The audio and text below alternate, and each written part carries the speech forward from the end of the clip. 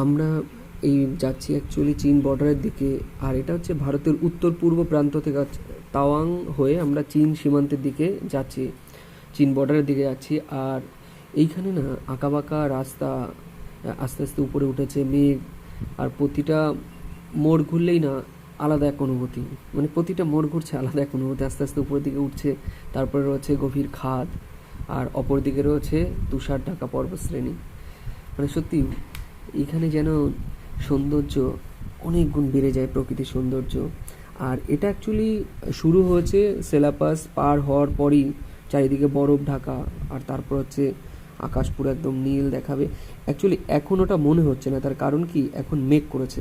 এই যে আমরা আস্তে আস্তে যাচ্ছি, আর আমরা ওয়েদার দেখে নিয়েছি যে আমরা সামনে গেলেই হয়তো স্নোফল পাবো, কারণ এখানে বৃষ্টি হচ্ছে অলরেডি। তো এই জন্য সবসময় তো এটা দেখা যায় না যে অলরেডি স্নোফল শুরু হয়েছে।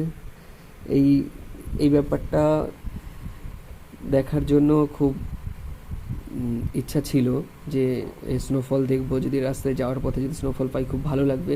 তো সেটাই পেয়েছি। আর এই রাস্তায় মানে চারিদিকে কিছু কিছু মোড় ঘুরতে ঘুরতে না এখানে প্রচুর ফ্ল্যাগ ওড়ে, যে ফ্ল্যাগের বিশেষত্ব আমি আগেই বলেছিলাম, কারণ পবিত্রতার প্রতীক। এই যে এর নিচ থেকে গেলে সব বাধা বিপত্তি কেটে যায়। প্রচুর ফ্ল্যাগ আছে এখানে। আর তারপর রয়েছে যে যে জলগুলো নেমে যায় পাহাড়ি সেই নদী, তার একটা অন্যরকম একটা, নদীর যে জল বয়ে চলার যে শব্দ, সত্যি খুব ভালো লাগে। আর অনেকটা সময় উঠছি আস্তে আস্তে আমরা, যে সব আমাদের পরপর গাড়িগুলো উপরে উঠছে, আর যত উপরে যাচ্ছি ততই হচ্ছে ঠান্ডা অনেক বেড়ে যাচ্ছে।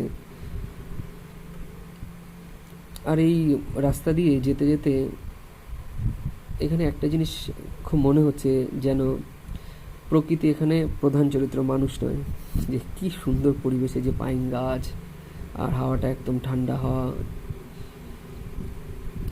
আর একটা একটা মোড় পেরিয়ে আবার যখন উপরে উঠছি অন্যরকম লাগছে, মানে যতটা উপরে যাচ্ছি ততই এক আলাদা অনুভূতি। আমাদের কাছে একটু বেশি ভালো লাগবে, তার কারণ হচ্ছে আমরা যেহেতু কখনোই, আমি বিশেষ করে কখনো তো এইরকম পরিবেশে আসিনি। এক দার্জিলিংয়ে ছিলাম, তখন ওখানে তো আর বরফ পড়েনি, কিন্তু এরকম পরিবেশ আমি ফার্স্ট টাইম, যার কারণে আমি একটু বেশি এক্সাইটেড। এই যে বরফ অলরেডি শুরু হয়ে গেছে, এই যে।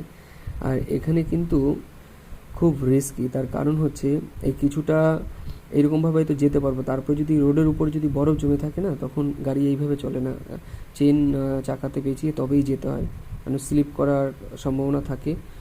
আর এই রোডে এসে দেখেছি প্রচুর বাইক নিয়ে অলরেডি এসে, এখানে হচ্ছে আমাদের আর্মিদের ক্যাম্প আছে, এই যে এই জায়গাটা ক্যাম্প আছে। এর